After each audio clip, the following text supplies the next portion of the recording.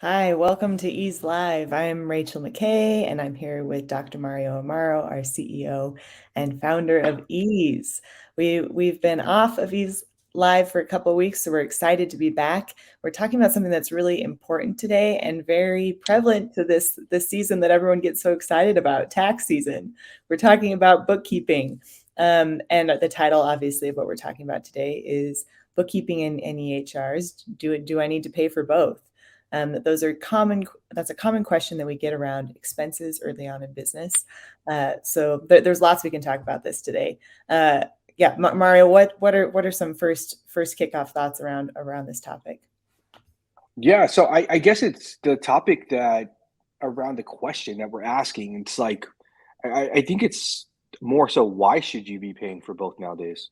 That's Mhm. that's that's my question. I think software has become very affordable, but in healthcare it still hasn't. Right? Mm. And so in other industries, you're paying $10 a month, $20 a month for, some software, with it not being what's considered enterprise software. When it's enterprise software, expect to pay thousands of dollars a month. But I'm talking about more so early stage of where your business is, right? Mm. That entry level software should be affordable. And if you're going to pay $200 a month for your bookkeeping, it should probably be packaged together, right? It Mm. should probably be built into that cost. And we haven't seen that yet in the private practice space on how, um, you know, therapists, doctors, other clinicians, and of how they're paying for their bookkeeping and what they're getting in return for the bookkeeping. Mm. Mhm. So, yeah, immediately we don't need to convince clinicians that they need an EHR system. They recognize that. Sometimes we're convincing people that they need bookkeeping, and there's sometimes this confusion between accounting and bookkeeping because we hear those two used interchangeably, and they're not the same. Both are valuable, but just a quick review that a bookkeeper is going to cover purchases, sales, receipts, payments, payroll, all of the financial management of your day-to-day practice operations with your finances. Um, and the bookkeeper and an accountant can work together, but the bookkeeper is really your on the ground source, is how I like to think about it, and knows the ins and outs of what's happening with your money. How do you like to think about a bookkeeper, Mario?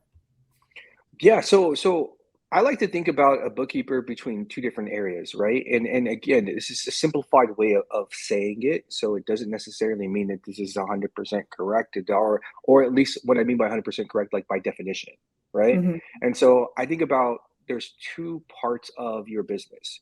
There are the month-to-month operations to your P&L, right? Hmm. How you have to have a really good insight into the profit and losses, aspect of your business, which goes into what's referred to as your general ledger, right? And so that needs to be evaluated every single month in order to make sure that you understand where your business is either spending money to operate or spending money to pay someone in order to operate, right? So that's called COGS typically, right? And so, or cost of goods and services of operating that business. And so that is how I look at bookkeeping, right? It's the things for managing your P&L every single month, right? The profit and loss behind it, and then just keeping it up to date so that you're aware as a business owner of, were you profitable? Did you Mhm. lose? Right? Were Mhm. you like, just because you want to be aware of that every Yeah. single month. And a bookkeeper is going to give you insights into how that is performing every single month. And so that's the value behind it, because early on, you really have to pay attention that what you're offering, or even maybe like, say, for example, the pricing of your therapy, your consultation may be too low, right? Mhm. And it's not covering the expenses for your practice, so that P&L is not matching up. And so you may actually need to evaluate. So this is where we start to shift to accounting, because now accounting, I think about strategy, right? And I think about implementation of like better saving goals. Like, so let's say, for example, if you're looking at profit that was made because you've tracked it with your bookkeeper month over month, and now you're starting to see that you are profitable. But there's sometimes when you start to become profitable, there may be certain implications of you have to pay a lot more taxes, or you at least fall into a different bracket, right? And so this is where an accountant can be very, very valuable, like such as like a CPA and things like that. So they can be able to tell you, hey, here are different ways that you can save, so you don't have to necessarily have that taken from you through taxes, right? And there are Mhm, different things you can do. Like we always recommend like an S corp election and things like that early on. And so there's so many other areas that a accountant could be able to provide when it comes to savings. However, the other part of it is strategy. So as you start to evaluate that P&L with your bookkeeper, right? You may start to see profits start to increase, but it's not increasing in the way that you can be able to provide it as a solopreneur, right? Meaning that you need help, right? mhm, Like you are growing, your services are in demand, but you can only provide a certain amount of care at a certain capacity, right? And so having someone there to help you strategically look at that revenue that's coming in, that profit that's coming in, look at how much more services are you looking to gain? Is this another clinician that you would need to hire, right? mhm, Is it another staff member that you need to bring on? How much would you look at payroll for that? How would it actually impact based off of the month to month, P&Ls that we currently have and what you're projecting, right? And so that's how I really differentiate the two between a bookkeeper and an accountant. And sometimes they can be both, mhm. but really those are the two differences that I view when it comes behind the benefits of kind of leveraging in bookkeeping and accounting. Mhm. Yeah, and it's helpful in framing it that way that there's some business analysis that happens, some planning purposes with bookkeeping. Certainly, organization. Having a bookkeeper Mhm. help you stay organized, um, Yep. and may really aid the services that you outline that an accountant can provide. So it really is only going to benefit your business to have bookkeeping or bookkeeping services. Yeah. Um, and similar, like almost as essential as we're talking about EHRs, that we can just say, yeah, of course you need that for your practice. The same could be said for bookkeeping. That Yeah. it's Yeah. going to serve you in the long run, in more ways than you even recognize as you're starting out. Yeah, yeah, and the thing is that, you know, I think we always think about with our tech that that what we need to operate our practice or manage our practice, right? That is kind of what we tend to default to, but we don't prioritize the back office finances Mhm, software or back office financing tools that we're going to need in mhm, order to really better understand how our business is performing. mhm, And so that's where we have learned at ease with our early customers, right? Is that we had more adoption of our bookkeeping services, right? And those who have had actually more sustainable businesses that have grown faster, and mhm, so it really got us to question. We have all this amazing front office tech, right? The things that you need to schedule appointments, right? Draft your EHR notes, right? Do your invoicing or manage your website.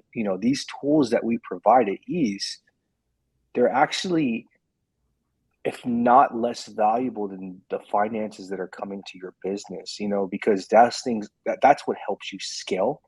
mhm, Um, you know and it not necessarily the early part of the front office tech. It's the back office tech that's more critical. And so when we think about providing the technology to, doctors, therapists, and other clinicians, why can't we just give them the tech for free, the front office for free. They're going to pay for the back office. You already should be paying for the back office regardless.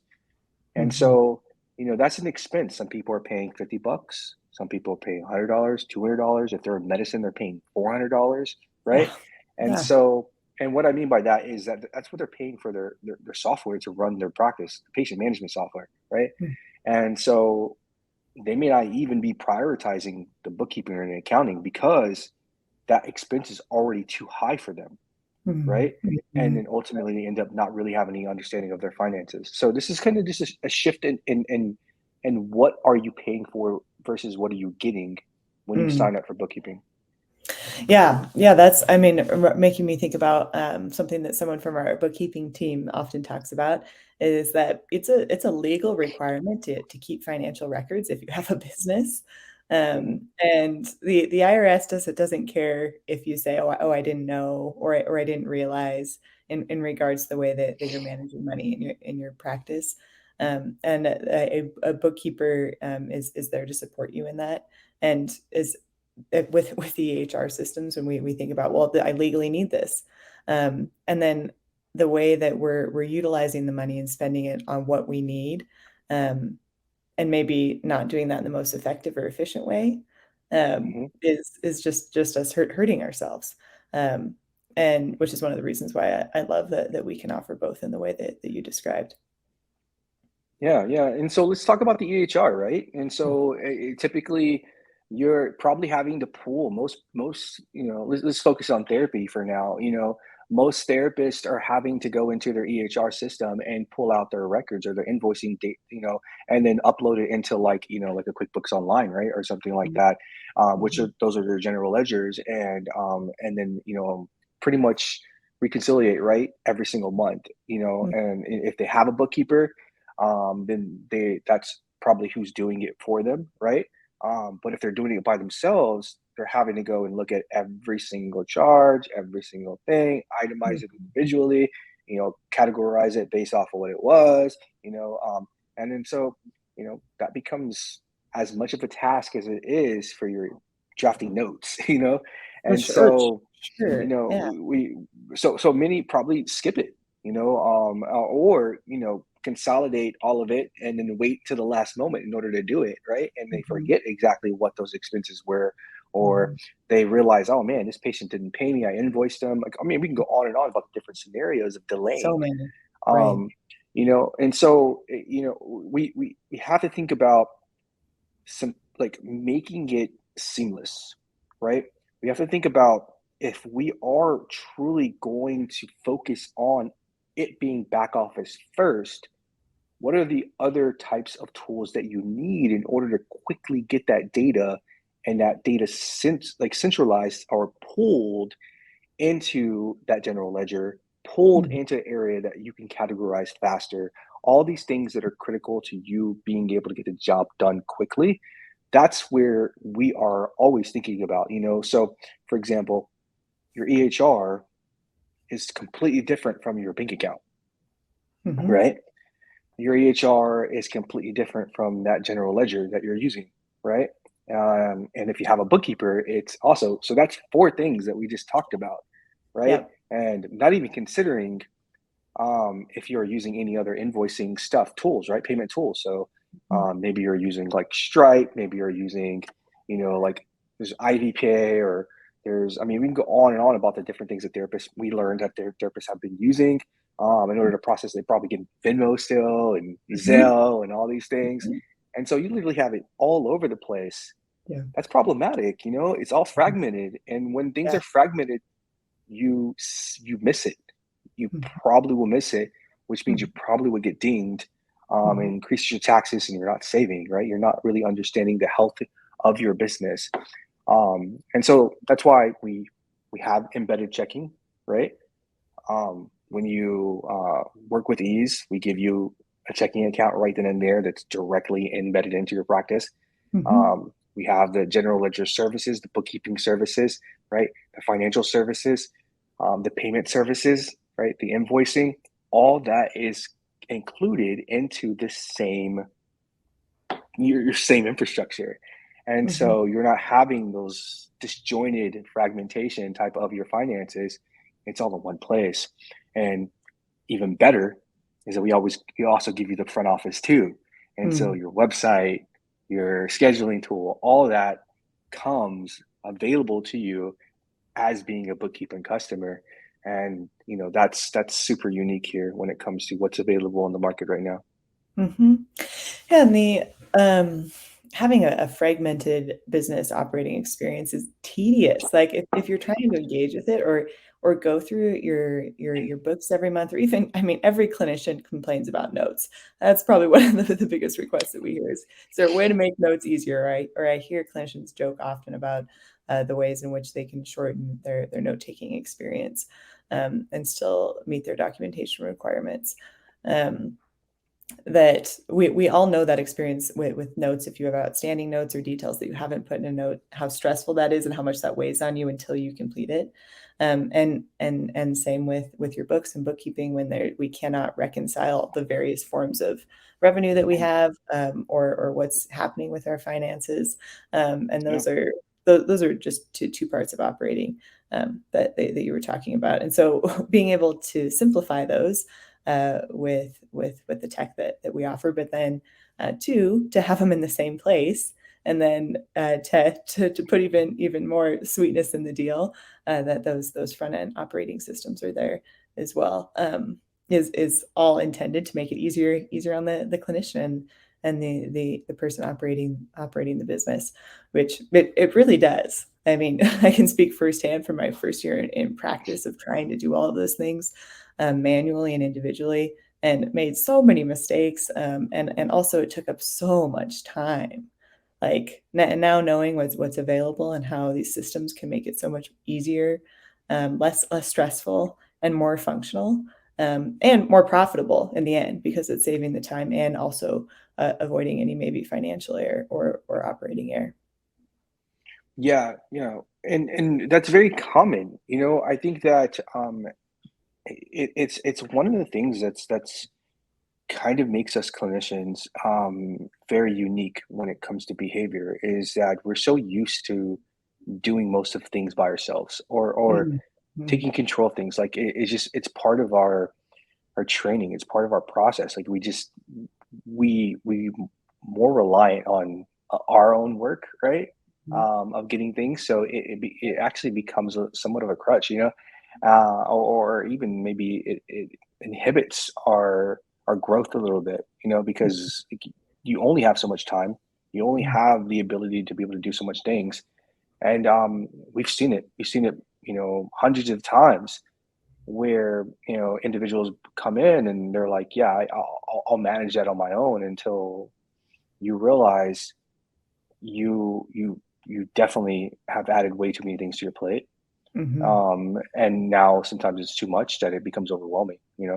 mm, And so I think that this is a step forward of, or at least a different pricing structure that's going to say like, hey, look, you're going to pay for one of these two things already, mhm, right? mhm. Hopefully, right? You pay for one of them, I mean, because like if you don't pay for one of them, you don't have a practice. But Right. it's like, let's pay for the one thing that's going to keep your business growing, that's going to keep your business healthy, you Mhm, know, and let's focus on that, because ultimately that's really what makes your practice a practice and your business a business, right?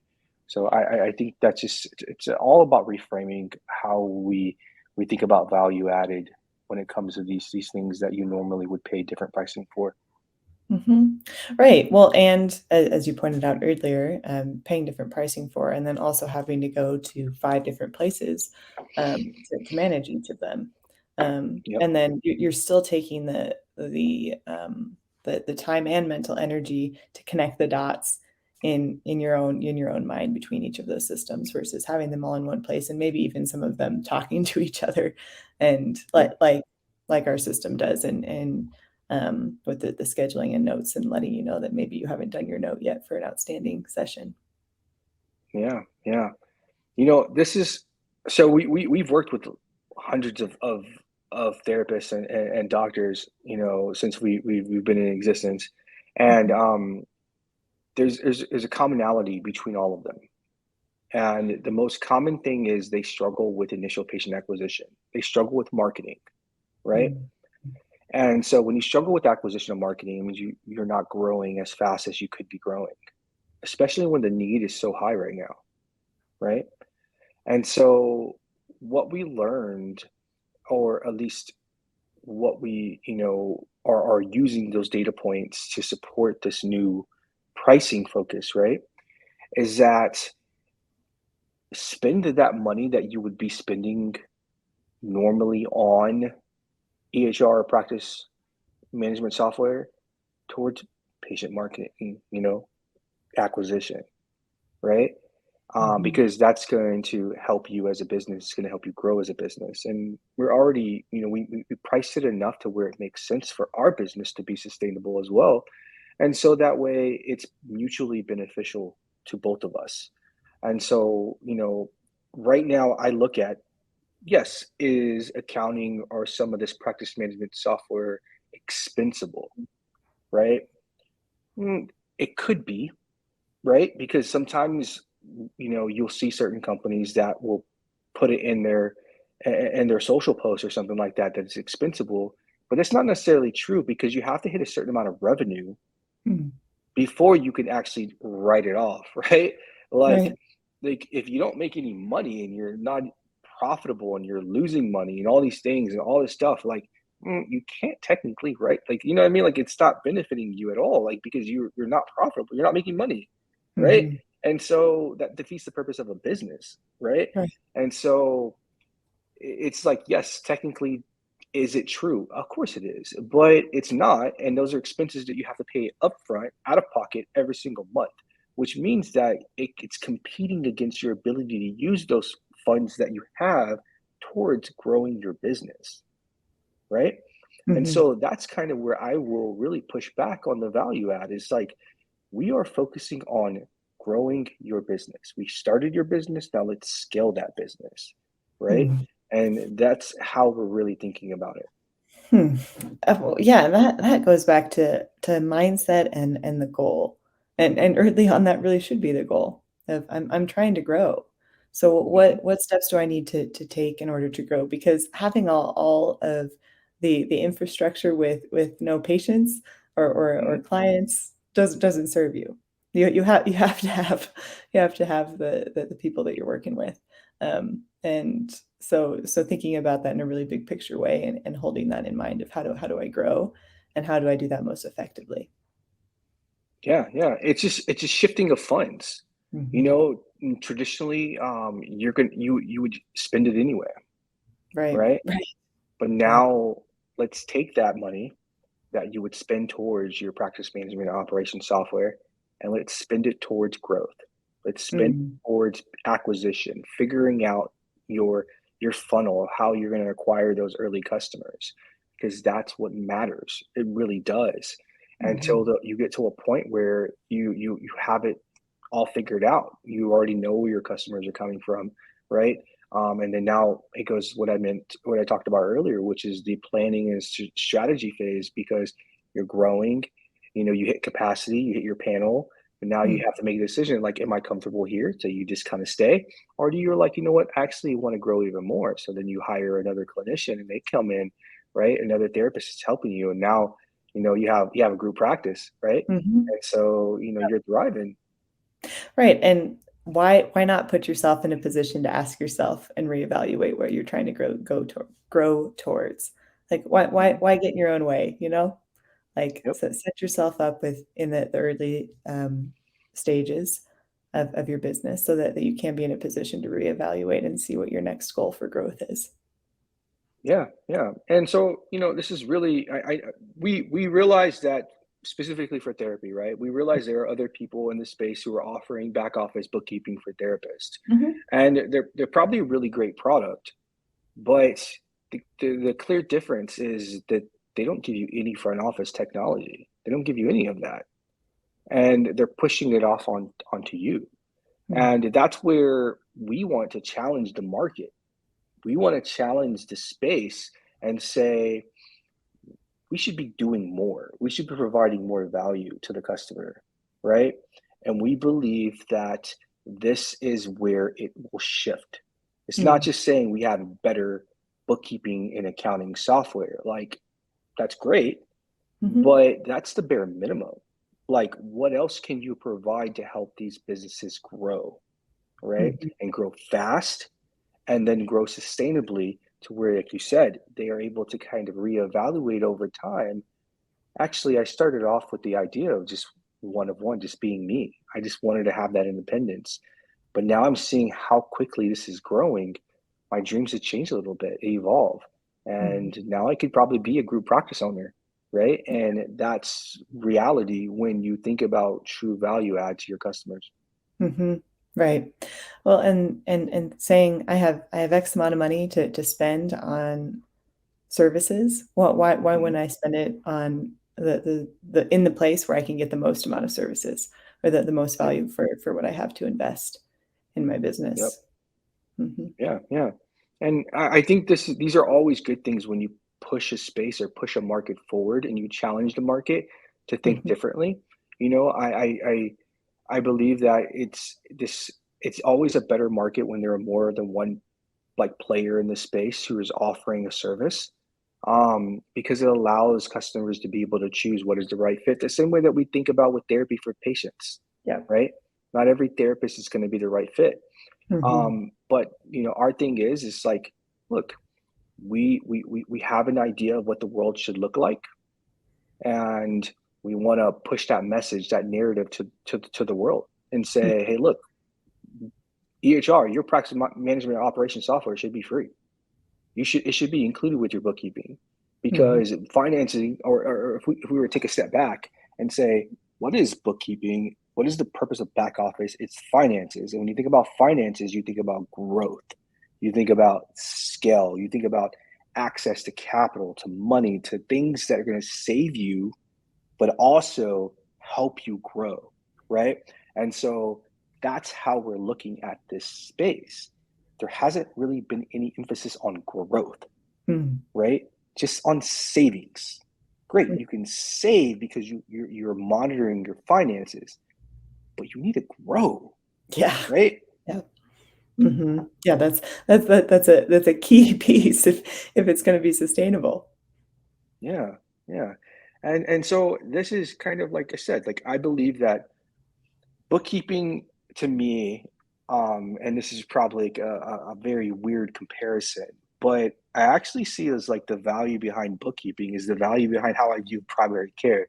It's Mm. just like it's one of those things that you're gonna get what you put into it, right? You're gonna get every single month if you're participating, more so like you are involved in that process, right? And you are understanding what's happening month over month. You're really getting involved in your business finances, then you're going to get healthy. Your business is going to get very healthy, Mhm. because if you notice something start to shift, you do some type of intervention, Mm, right? right. In order to kind of like move it into a more positive way. And so that's how we have to think about it, right? And it's just like if we think about the accounting piece behind it and kind of still using this analogy of primary care, it's like if you had a specific health goal, hey, I actually want to lose a little bit of weight. Like, Mm. what should I do? And so your accountant comes in and starts strategizing and be like, well, we can change this in your diet. We could do Mhm. this. You could next, you know what I mean? And then they come in and you implement it, right? And then now you see those things actually start to, it's not going to happen overnight, but again, it's Mhm. things you start to see over a progression of time. And that's how I view it. I really view it in a similar way. It's just a totally different market. It's Mhm. back office, it's finance. However, we have to think about our participation in that process as business owners in the same exact way as we think about our participation in our own healthcare with our primary care. Mm, mhm. And valuing that. Our participation is as valuable, our time is valuable, and we've talked about this before, but how you maximize that time and outsource what you can, efficiently. Yeah, yeah. So, what we've been talking about over the past, half hour or so is basically that we are challenging the current bookkeeping market for therapists and doctors right? We are saying that why should therapists and doctors have to pay additional fees per month or additional expenses per month for their practice, right? This includes like software, yes, EHRs or scheduling, their payments and invoicing, and all these things that they typically will pay in addition to their bookkeeping. We're really pushing the envelope here and saying, why do you need to pay that? Should it actually come with your monthly subscription that you pay for your bookkeeping software? Mhm. And so that's kind of where this conversation is. And it's kind of where we're shifting our own pricing for ease.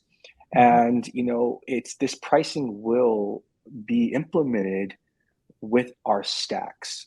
So I know that we talked about stacks in the past, and we have to start thinking about if it is a private practice, by default, each private practice stack, it will be free, right? But that comes with the caveat of you have to pay and enroll into bookkeeping, right? Mhm. And so it is free technically, but you still have to pay for bookkeeping, which, like, going back, this is a service that you're already paying for or assumption that you will pay for. And so that's kind of like the recap of like what are we talking about? What is this whole Yeah. thing, Mhm. conversation for today? Well, and I think there might be value in us, defining stacks again for those who might be listening that don't know. What are stacks? Yeah, so stacks are basically prepackaged businesses in a box that we call bobs or practice in a box. And so each individual stack is for a individual practice type.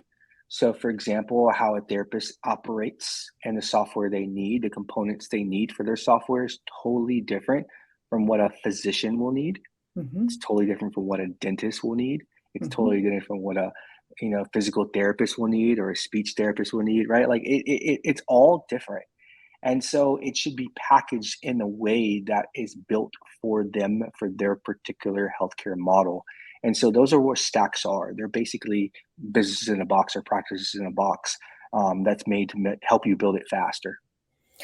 Yeah, so I'm a therapist. I'm starting a practice. I I need a scheduling tool, a video tool, a billing and invoicing tool. I want bookkeeping, and I want a calendar. And I say, okay, where do I go to get this? I come to Ease. I pick my stack that's free. I I'll pay for bookkeeping. That's a service that I get to work with the Ease bookkeeping team regularly, and I'm set up to go. And on top of that, we also have an entity formation service. So if I don't already have a business entity, I can also sign up for that as well, and I'm up and running. Yeah, yeah. So, our good sweet spot, right, of where we do very well is that we build the business from ideal phase, meaning that you want to start something, you haven't started something. That's our sweet spot because we've created that whole end-to-end journey of the incorporation, selecting the proper corporation according to your business type, Mhm, and then getting all the software that you need in order to get that business operational so you can start seeing patients, and then helping you with the back office to understand how it is that you're growing, right? mhm, And making sure that you understand the money that's coming in and going out. And so that's essentially how we provide our services.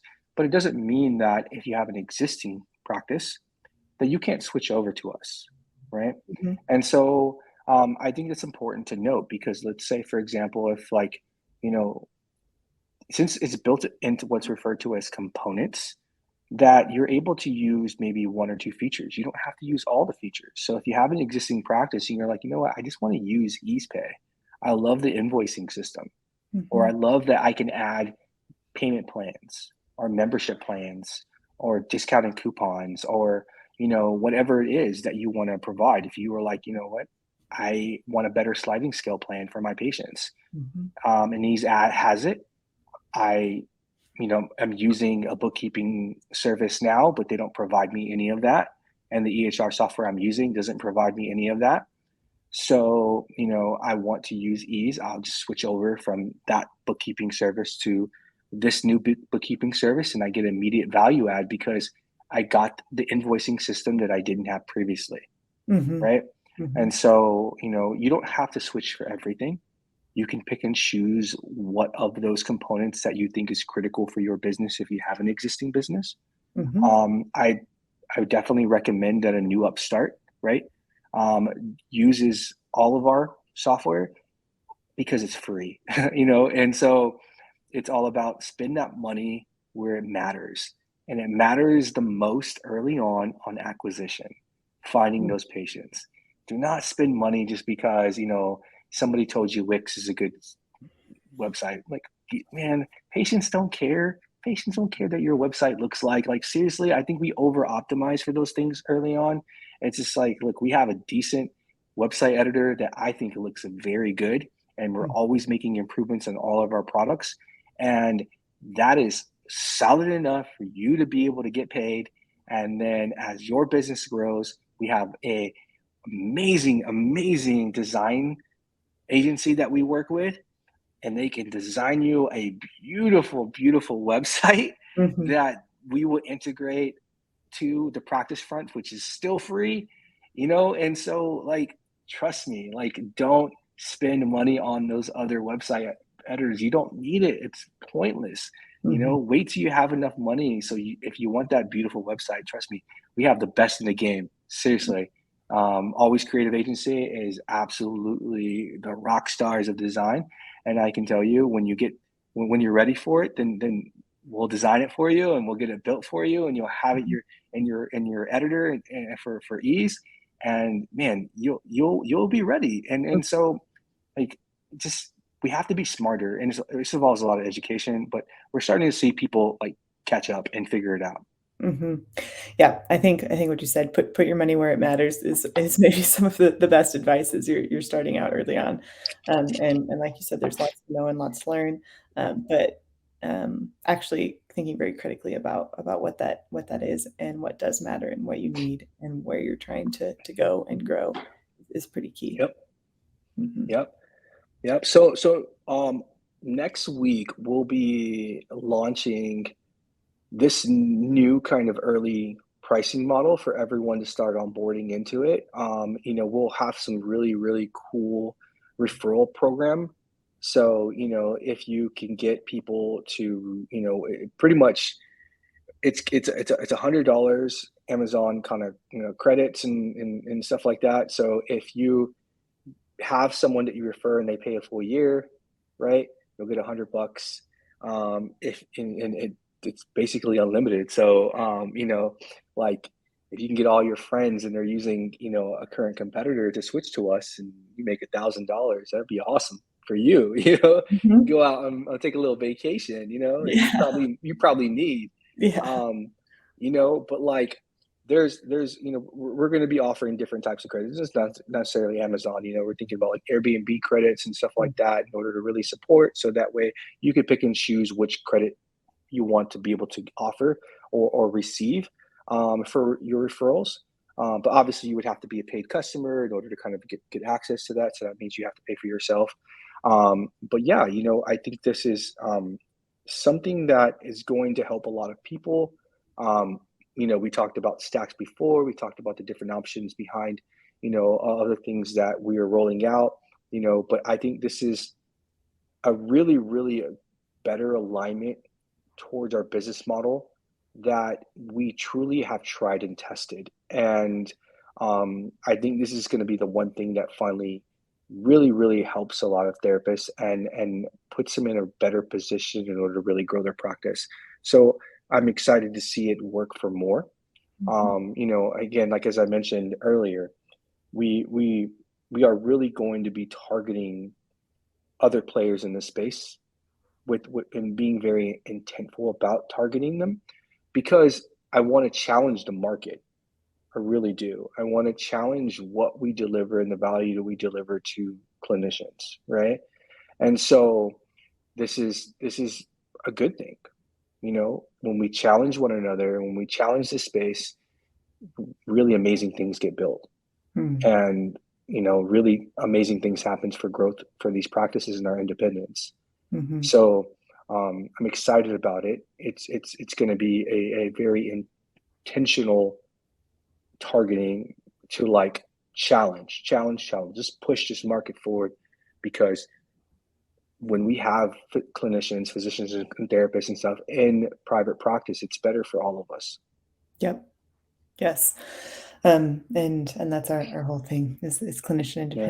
independence, and pushing that forward and improving and sharpening what we're providing, is only going to help us as a whole. So it's stay tuned next week as we announce what we're offering, and maybe you can take yourself on that vacation, and we'll also be featuring one of our customers, a clinician who has been working hard to build their own businesses, next week. So we hope you tune in for next Thursday Ease Live. Any other closing thoughts, Mario? No, no, it's just like, look, start thinking about finances, start thinking about growth. Mm-hmm. You know, this is the year for you. So if you haven't thought it was for you, this 2023 is your year. Mm-hmm. Absolutely. And the ultimate summary is to our question, should you invest in both bookkeeping and EHR? Yes. And do it smartly, Yep. and wisely. Make your money work for you. So this is Yep. your year, as Mario said. All right, take care, everyone, and we'll see you on Thursday.